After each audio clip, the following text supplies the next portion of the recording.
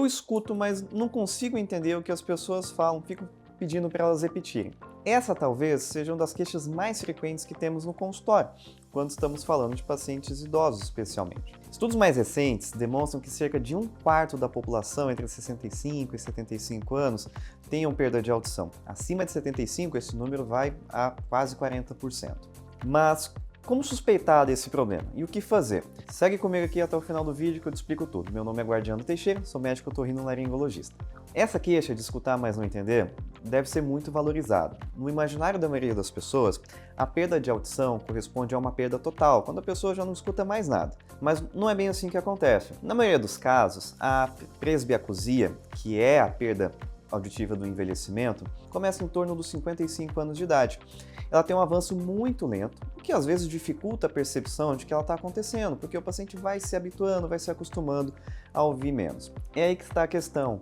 Nos estágios iniciais, muitos pacientes nem sequer sonham que tem perda de audição, porque ela começa bem leve e geralmente a perda acontece inicialmente nos sons mais agudos, o que fazem menos falta no dia a dia.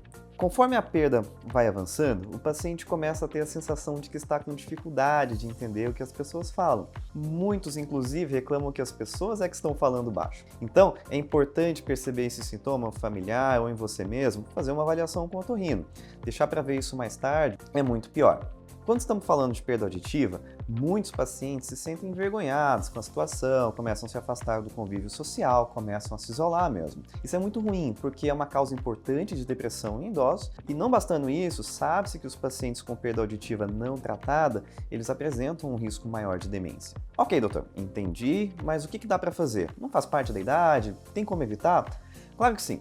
É um processo que está programado no nosso DNA para acontecer. As pesquisas mais recentes estão tentando identificar quem que vai ter essa perda e tentando descobrir como que a gente faz para evitar que ela aconteça. Por enquanto, o que podemos fazer para não acelerar esse processo de perda é nos mantermos saudáveis. Sabemos que as pessoas que estão acima do peso possuem doenças metabólicas como diabetes e hipertensão, elas apresentam uma perda mais profunda e com avanço mais rápido. Pessoas com histórico familiar também devem ficar atentas a isso. A primeira coisa a fazer é a consulta com o otorrino, onde ele vai avaliar outras possíveis causas de perda de audição, como por exemplo um excesso de cera.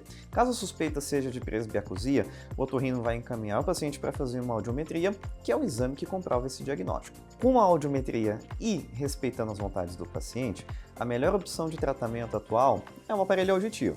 Atualmente, ele tem muita tecnologia embarcada, oferece uma excelente qualidade de som e ainda por cima estão cada vez menores e mais discretos. É muito legal para nós como os médicos vermos essa reabilitação acontecendo, ver uma pessoa que estava se afastando da família, ficando depressiva, voltar à sua rotina, é muito gratificante. Não fique aí sofrendo com isso, porque tem tratamento e somente as pessoas que passam por isso sabem o sofrimento que é se afastar de quem a gente ama. Você ficou com alguma dúvida sobre a perda de audição? Tem alguma experiência com aparelho auditivo? Conta aqui nos comentários para ajudar quem ainda está em dúvida e não deixe de nos seguir para mais dicas.